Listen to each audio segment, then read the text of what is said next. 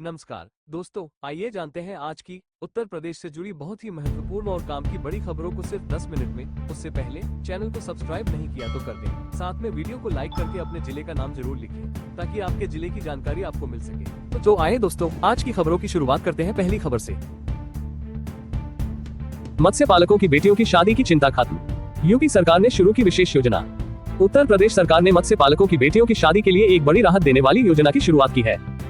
अब मछली पालन करने वाले परिवारों को अपनी बेटियों की शादी के लिए धन की चिंता नहीं करनी पड़ेगी। सरकार ने इस योजना के तहत प्रत्येक विवाह के लिए 51,000 रुपए की आर्थिक सहायता देने की घोषणा की है। इस राशि में से 35,000 रुपए बेटी के बैंक खाते में जमा किए जाएंगे, जबकि 16,000 रुपए शादी के खर्च के लिए सीधे दिए जाएंगे।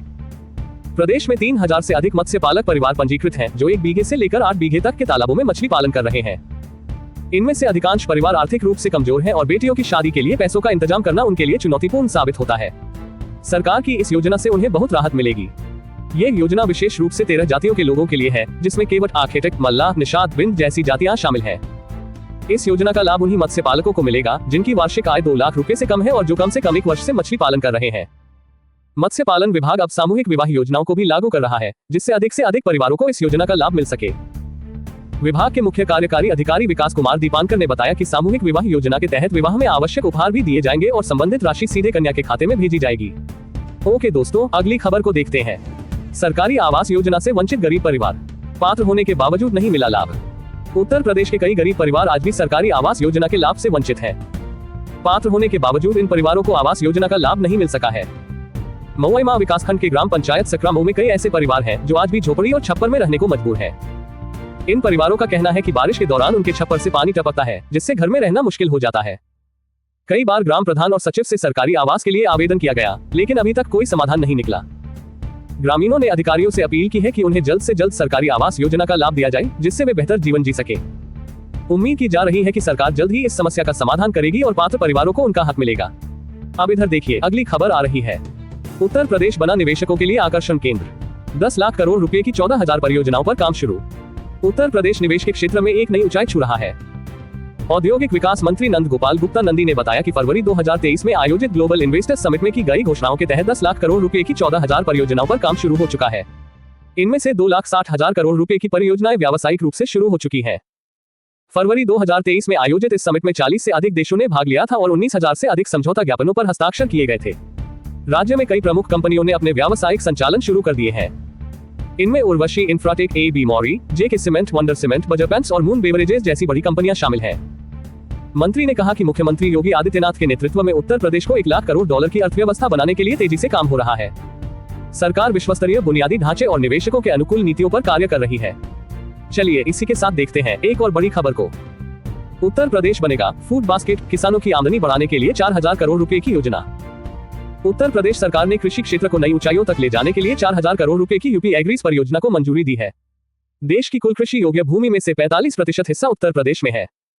राज्य गेहूं, आलू, आम, अमरूद, मटर, मशरूम, तरबूज और शहद के उत्पादन में देश में पहले स्थान पर है।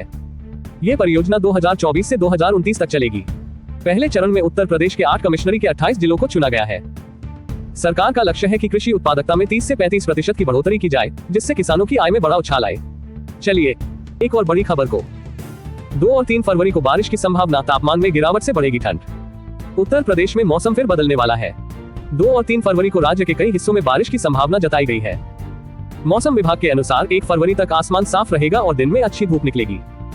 इस दौरान अधिकतम तापमान 25 से 26 डिग्री सेल्सियस के बीच रहने की संभावना है, जबकि न्यूनतम तापमान 9 से 11 डिग्री सेल्सियस के आसपास रहेगा।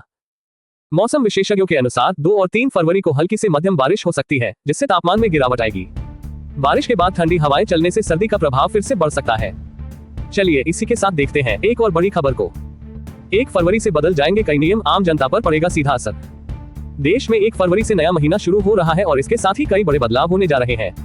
वित्त मंत्री निर्मला सीतारमण 1 फरवरी को केंद्रीय बजट पेश करेगी, लेकिन इसके अलावा भी कई वित्तीय नियमों में बदलाव होने वाले हैं। इनमें LPG सिलेंडर की कीमतों से लेकर UPI भुगतान के नए नियम, बैंकिंग सेवाओं में बदलाव और कारों के दामों में बढ़ोतरी शामिल है।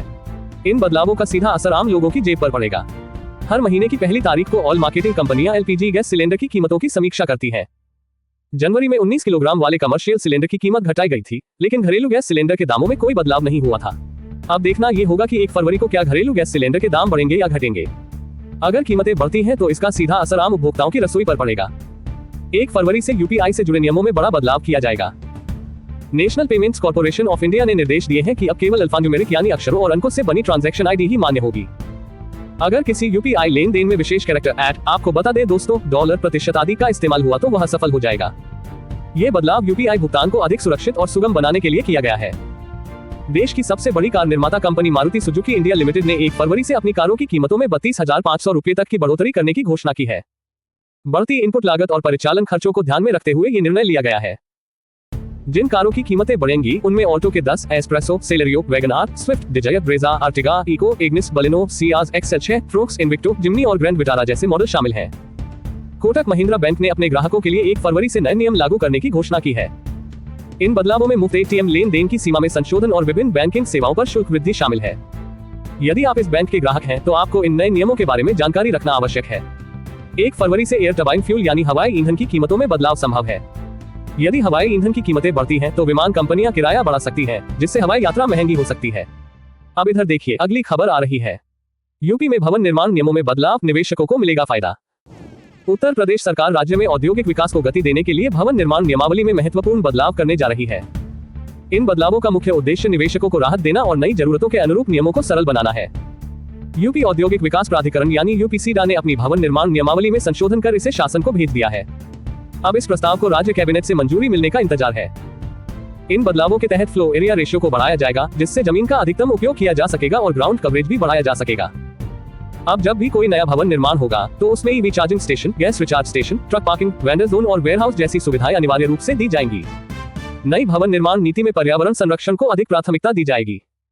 निवेशकों को प्लग एंड प्ले सुविधा के तहत भूखंड आवंटित किए जाएंगे, जिससे वे बिना देरी के अपना उद्योग शुरू कर सकें। चलिए इसी के साथ देखते हैं एक और बड़ी खबर को। प्रयागराज रेलवे ने बनाया रिकॉर्ड, मौनी अमावस्या पर चलाई 222 स्पेशल ट्रेनें। मौनी अमावस्या के मौके पर प्रयागराज रेलवे डिवीजन ने ऐतिहासिक उपलब्धि हासिल की है।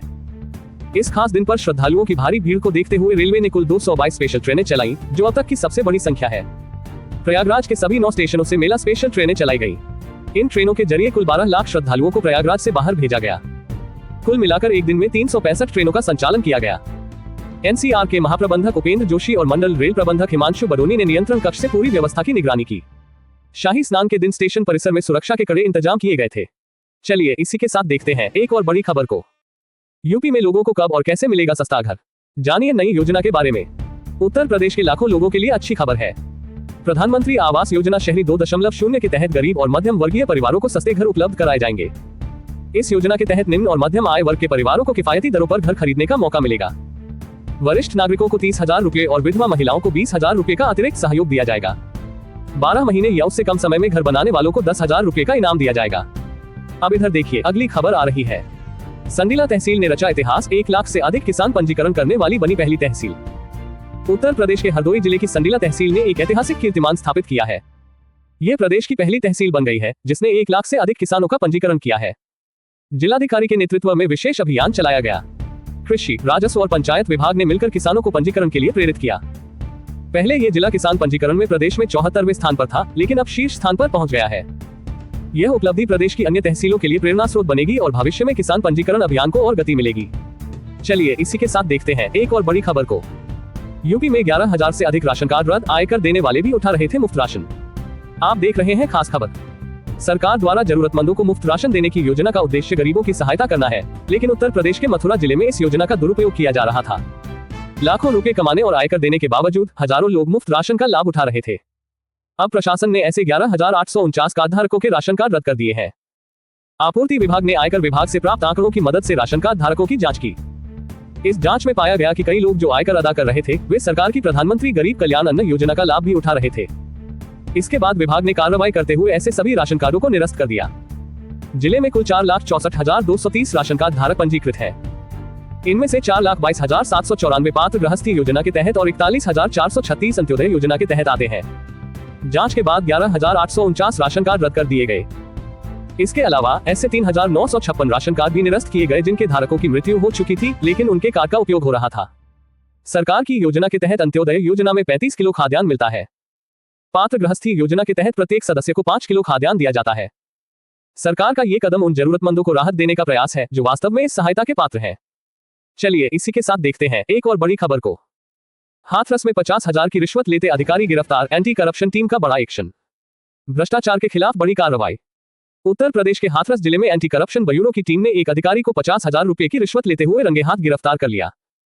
नगर पालिका के मुख्य स्वच्छता निरीक्षक महेश कुमार ने एक ठेकेदार से सफाई कर्मचारियों के ठेके को पास करने के लिए रिश्वत की मांग की थी। ठेकेदार ने इस मामले की शिकायत anti corruption bureau Aligarh unit से की, जिसके बाद ब्यूरो ने योजना बनाकर अधिकारी को रंगे हाथ पकड़ लिया। आरोपी को चाय की दुकान पर बुलाया गया। जैसे ही उसने ठेकेदार से पैसे लिए, एंटी करप्शन की टीम ने उसे पकड़ लिया।